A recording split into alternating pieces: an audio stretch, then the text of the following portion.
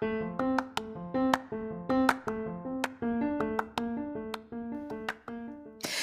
there, and welcome to the daily podcast where wisdom smacks us with kisses or love taps. I'm MichelleSpiva, a wisdom strengthening coach, your host, and practical priestess of wisdom. Mwah. Join us daily to gain wisdom and mental strength as we tackle innovative thinking, address emotional and behavioral life traps, and yes, provide you with some practical how to's to wrap it all up. So settle in or crank up the speed 2x, whatever gets your mental processes firing as we dive in. Stay tuned.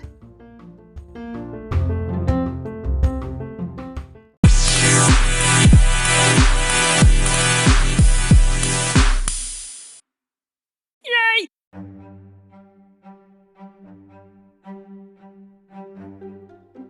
Hey there, it's MichelleSpiva, your practical priestess of wisdom, and I want to welcome you to today's podcast of Wisdom Smack. Mwah! Please stick with me and join me because today we're going to be talking about powers of the air. Everything from your mental activity and thoughts to mass communication. We're going to even talk a little bit about x-rays, microwaves, and all of those other waves in the air. So join me so that you can get a better understanding of how to protect yourself and get ready for the long haul so that you keep it together and you don't fall into the ravages of the effects of isolation. So stick with me as we get practical. I'll see you on the flip.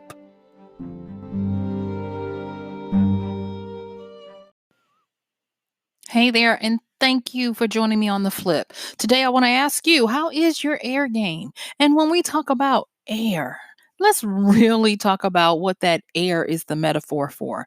Air is the metaphor for your thoughts, for communication, the things that travel through the air, waves and the frequencies and all of that kind of stuff.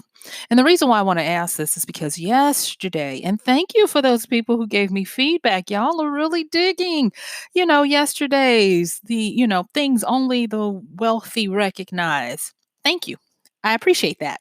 All right. But today we're talking about how's your ear game because of more understanding is needed to shine light on those areas that we individually can work on and that we can make better for ourselves. It's kind of like once you know better, you can do better. So, when I'm talking about how is your air game, I'm talking about how is your ability to strengthen your mental activity benevolently. Boy, I'm having trouble getting that word out in a good way. How are you working with your thoughts? Are you allowing them to come to you and run amok, or are you evaluating them, strengthening them, cleansing and purifying them? And what about your beliefs? Are you tending to them? Are you just letting them become stale and stagnant? And how are you working with emotional triggers? Yeah, they come through the air too. Have you ever realized why is it that emotions are so contagious? When someone comes into the room, their very posture and positioning can change and put everybody on defense. That is because emotions are usually, unless there is an immediate physical danger of being hit or some type of loud noise, usually they are produced by the reaction of beliefs and behaviors and mental activity. Okay, so and don't believe me, just see someone that you are quote unquote envious of or have some jealousy for. They don't even have to say anything to you, and your mind does all of it. And then you start bristling up and smacking your lips, sucking your teeth, and looking sideways and going over into the corner to plot their destruction. You do all of that stuff. And so, especially now, when things have slowed down to a pace uh, that promotes individual self-destruction, I want to ask you, how is your air game? Okay, so let's get into it. Recently, And I am enamored with them just as much as anybody else. There are these concepts of mental models. And most of the time, when you're looking at mental models, you're looking at ways of understanding that is generally accepted by those who are great thinkers. But I want to take it a little further and talk about mental modeling, the DIY wisdom way of mental modeling. And when we are talking about your mental modeling, I want you to look at it as a way of taking how you think, what you think, and putting it into a way to understand it and a way to be able to explain it to yourself. Now, let me first start off by talking a little bit about what is the generalized understanding or definition, if you will, of what a mental model is. So, looking at how mental models came into a favor because they've been around since the 40s, but they are now really hot. Mental model is really an explanation of someone's thought process. Okay, and it's a process about how something works in the world. So it's the a mental model is the way you think about how things work in the world. Now this and I'm actually pulling this from good old Google and the sources there. And so it goes on to say that mental models are a representation of the surrounding world, the relationships between the various parts of this world and a person's intuitive perception about their own acts and consequences within this world. And so get this, mental models, the way you think about stuff. We used to say the way you filter things, and when we say filter, meaning the way you perceive things based on stuff that has happened to you shapes how you think about what's happening to you. It goes on, and this is the reason why I'm asking, what is your air game? Because mental models can help shape behavior and set us on an approach to problem solving. Have you ever seen someone you've tried to get them to problem solve, figure their way out of something? You've given them enough of the what's and even some of the hows, and still they can't seem to pull the trigger. And the only thing they can do is, well, what next? And not even what next. Can you help me do the what next? We started to realize maybe about 30 years ago, going back to revisit these mental models and psychology, uh, we started to realize that people had mental representations of how they viewed the world, and that reality might be something we all agree on, but it's not always seen the way we think it's seen by everybody because of these representations, aka the filters. And I've talked about this in previous podcasts. The learned helplessness that happens innocently enough by a lot of people, depending on what generation you're in, could mean the difference of how you view a situation as opposed to someone right next to you that might have had different experiences, and thus their mental representations are different from yours. And listen to me. Oh, mon ami, listen to me because this is important. And the reason why this is important is because our mental models are being remade, influenced, and destroyed in a sense. And the reason why is because of prolonged isolation. Now, if you're listening to this during the time of recording, we are still in the United States, at least, and in some areas of the United States, we're still in a state of isolation. And way back in 82, there was a study in a book that was put out, and I've been looking for that study. Um, I wish I had it by time of publication because I've only heard other people cite it. But it looked at the impact of isolation as well as the impact of job loss and the like. and it talked about how many thousands of people for every percentage point of unemployment that was in a Western civilization. This At the time, it was like in the 30,000 range, the high 30,000 range for every percentage point of unemployment. And they broke it down by way of the aftermath, the blink situation. If you want to get a pretty good understanding of how this rolls out, go back and look or read the book Blink, and how things uh, um, happen in a blink of an eye, as well as Freakonomics. And Freakonomics kind of takes some of that data as an inspiration for how it talks about the side effects and the aftermath of impact point. So, not to get too far off, because I want to keep it to you. This is individual wisdom. How is your air game? I want you to make yourself aware of the fact that there are things that are impacting you that you may not, until this moment, have been able to put your finger on or even be aware that they're happening. But it doesn't mean that they're not happening. So even with this 40 plus year data, people are looking at the mental models of how that works in today's world, where our population has exploded exponentially from the time when that original study was done.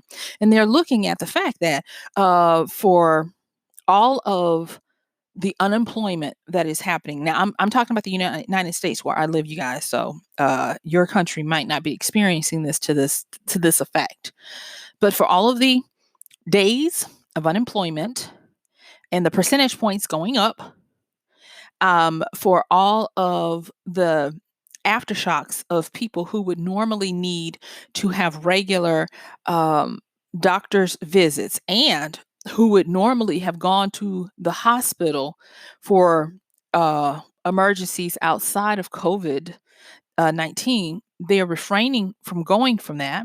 Then you have those with undiagnosed issues. And one of the biggest ones, silent killer out there, is undiagnosed mental issues that are starting to flare because of not only unemployment and worrying about your future, but because of the social isolation. People need interaction, they need touch, they need hugs, they need to feel the energy of people that comes by being in close proximity to another physical being. And so you're having a lot of that.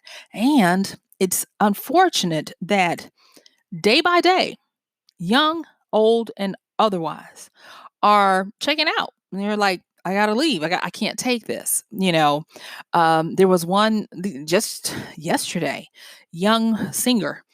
They are saying that that's not what it was, from the family, but they're still investigating, and I don't want to put this out in, as a way that I know anything, but it smacks of something like that. On and on, we're starting to see how people are suffering and how people are struggling without the proper tools and the proper support and help. And so I'm kind of trying to do my part by asking you to be aware of what's your air game. Now, I've talked, a little bit individually about, your mental activity, your thoughts, beliefs, and emotional triggers. I've even brushed up a little bit real fast on a mental model. And let me just remind you again that a mental model is an explanation for your thought process about something when it comes to how you see yourself in the world. Think of it as a representation of what your world looks like to you individually, because of the filters, the experiences, and the consequences of what you've gone through. Okay, so that's a mental model for the most part. It's simply a way of explaining how you think through your life to live your life in this world. Okay, so, but this is the other side of that I want to talk about before we get into some of the things that we can practically do to start working on strengthening our air game. And that is to understand that there really are powers of the air. Seriously, there are actually powers all in the air. And the first ones I'm going to talk about real quick, and don't roll your eyes, don't roll your eyes at me, is it's going to be electromagnetism. And with electromagnetism, it's the interaction of the electric currents or fields or magnetic fields. So think of electricity meets a magnet, you got electromagnetism. And if you think about the electromagnetic field, or waves, these are the powers of the air. Okay. So let me just quickly, and you can Google this, honey, please. You can easily Google this electromagnetic waves. And the funny part is 9 times out of 10, you already know them. But I just want to quickly uh, give you a quick review of them so that you'll get an understanding of what we're talking about. So in the everyday, the powers of the air that we are familiar with, we've given them acronyms like Roy G. Biv. It's the colors that we see, the visible light that we see, all the way over, from your red, orange, yellow, blue, green, indigo, and violet, Roy G. Biv. We're familiar with that. But we're also familiar with the invisible ones. Now, on the lower spectrum, you're possibly familiar with radio and TV. They travel through the air. Or even long radio waves where, you're talking about CD, uh, CBs. Yeah, CBs. Lord, I'm CBD. Okay, anyway. But then we, in the 80s, became familiar with microwaves, and medical personnel became familiar with the higher ones. But I wanted to say something really quickly about the powers of the air. And I have always had great veneration for my grandparents, for their wisdom. And my grandmother used to always say, be careful of the things you can't see. They're more powerful than the things you can. Now, I am not saying my grandmother was a theoretical physicist. I'm not saying that, but that lady was onto something.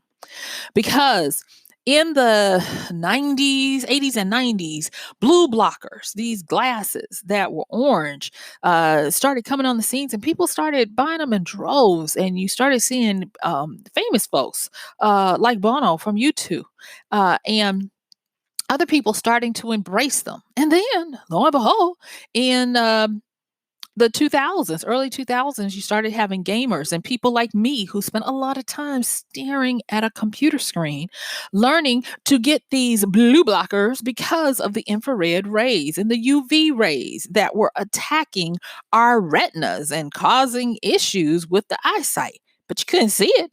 Didn't mean it wasn't there. These are powers of the air, y'all. So let me move on, because we're going to shorter and shorter waves, which means that they have higher and higher vibrations and frequencies. And the higher they go, the more dangerous they are to our mortal beings, including not only your body, but your mind. Okay. So let me just do a review. So on the lowest end, we've got long radio waves, but we're most familiar with the second lowest, which are radio waves and TV waves. Then we have microwaves and infrared rays.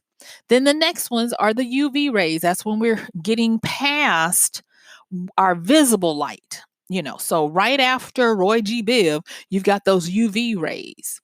And that's where you start getting into the area of, we got to be it's getting dangerous, because now you're getting into radioactivity, which is really dangerous.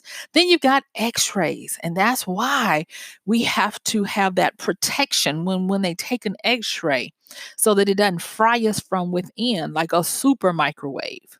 But then after the x-rays, we start moving into faster and faster frequencies, and we start moving into the realm of gamma rays. Now, the way I always remember gamma rays was the Hulk. I know it's childish, but it helps. It helps me to remember. And so being able to understand that anything after Roy G. Biv, That's dangerous. That's, the ultraviolet rays, the UV rays that we're familiar with, the X rays, and then on up to the gamma rays. And with that, I started was like, so what is this, trying to say? And what I was starting to look at was that the more use we have of a lot of technologies and computers and phones and all of that means that we really are having a higher concentration of these rays becoming more prevalent and bearing down on us. And there are actual studies that say this. And I don't have time to go into all the minutia, but I will say you are smart enough to go and start to do your own studies. So I want to make sure I talked about the powers of the air, starting with the actual powers of the air. But then I wanted to talk about layering on top of that the powers of the air that are really prevalent. And it's not funny, haha, but it's funny like, that it's like, wow, they actually use the real powers of the air to do this. And that is something called mass communication. Now, mass communication, traditionally, if you go and look up mass communication, it's talking about a general broadcast to everyone. So think of your televisions, radios, YouTube, Netflix. These are going to be considered mass communications. And the reason why is because they are able to be delivered almost unencumbered because of, you guessed it, radio and TV waves, and now internet and the like. And uh you have to be discerning when it comes to mass communication. I decided a few years ago I was going to dust off my understanding of mass communication. Um, and I went back and started studying in modernity, within the last couple of 100 years, people who had made a large impact by the use of mass communication. And prior to television, one of the biggest ways of mass communication was through the printed press, aka newspapers. So I started looking at Pulitzer and Hertz. And then I was like, okay, well, let me go back a little bit more. And I found myself looking at Marx and Stalin. Most people think that they were very political, but they got their start by the utilization of propaganda, if you want to call it that. But they would normally put out newspapers, underground newspapers to the masses.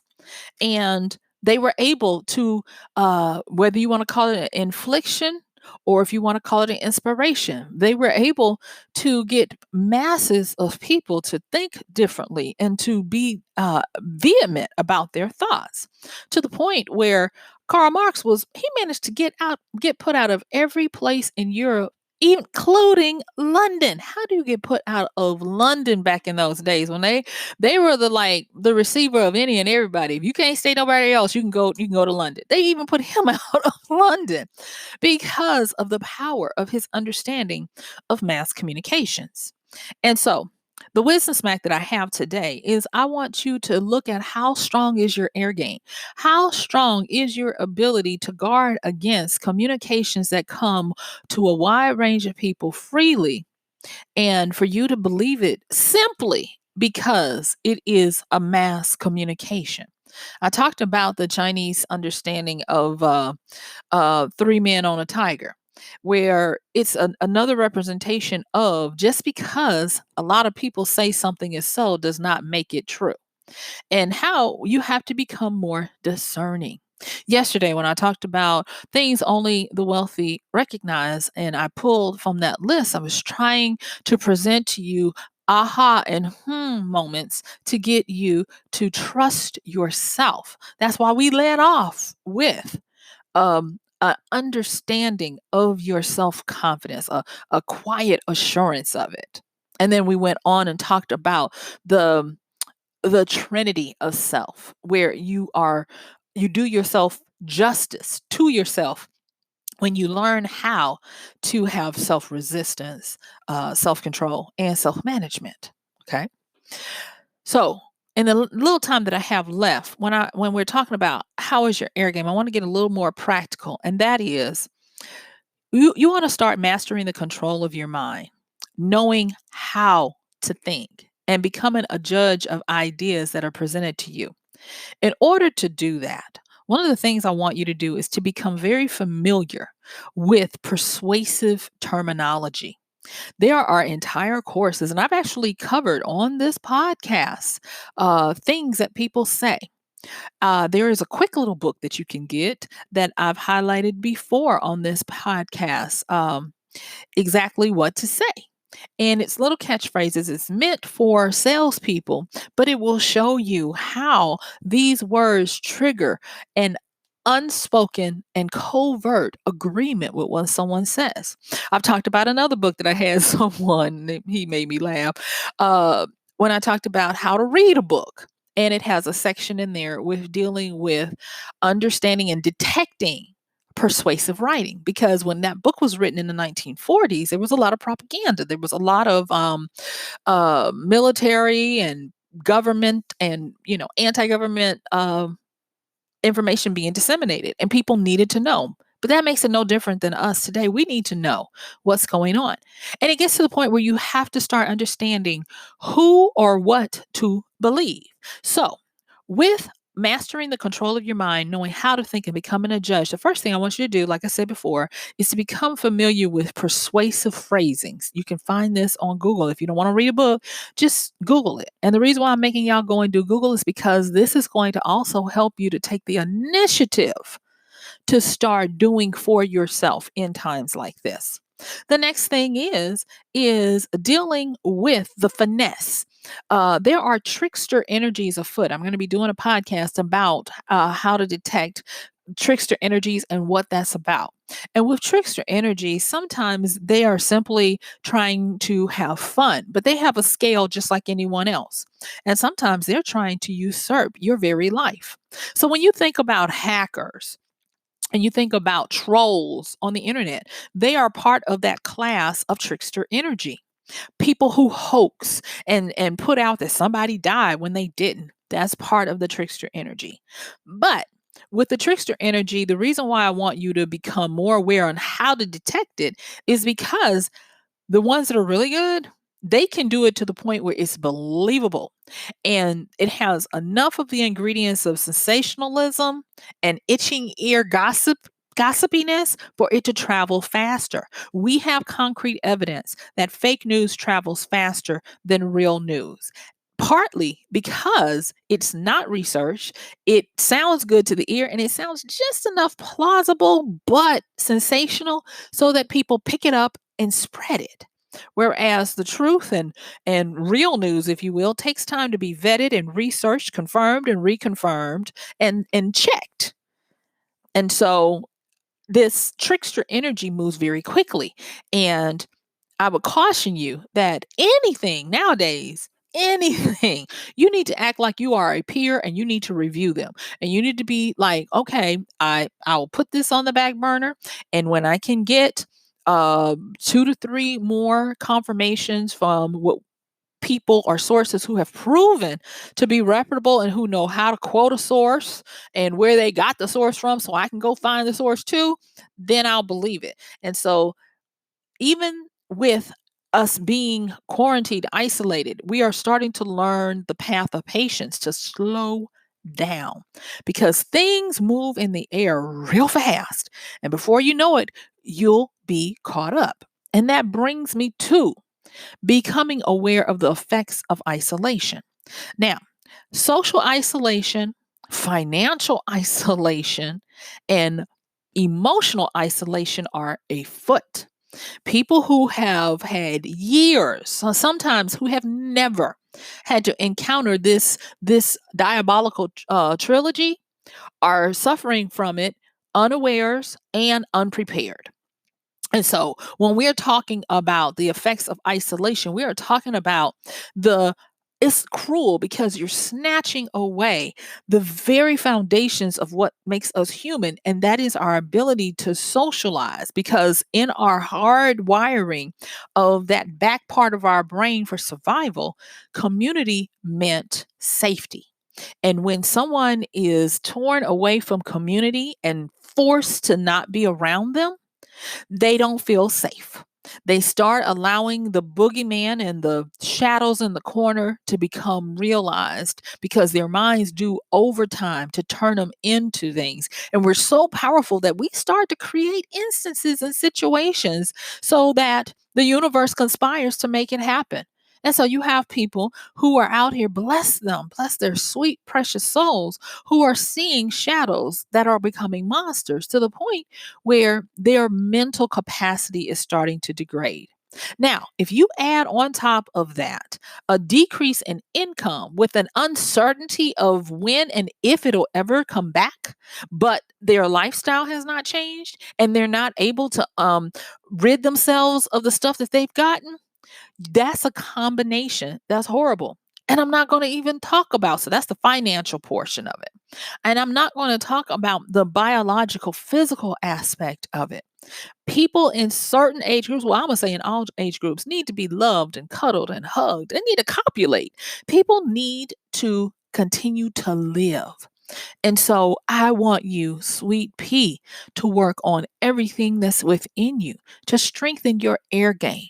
Understand that you don't fight against flesh and blood, you fight against those powers of the air.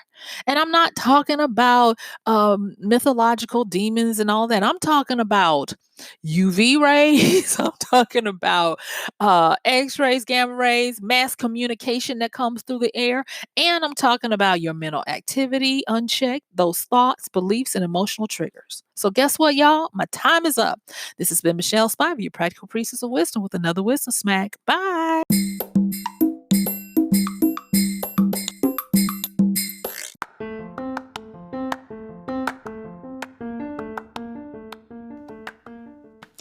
And that's going to do it for today's podcast of Wisdom Smack with MichelleSpiva. If you like this podcast, please help us get the word out. Like, comment, subscribe, and even share. And if you really like it, please help us continue to get the word out by considering using this show's link for Amazon. So when you want to go to Amazon and you do all of your general shopping, please use MichelleSpiva.com/AMZ.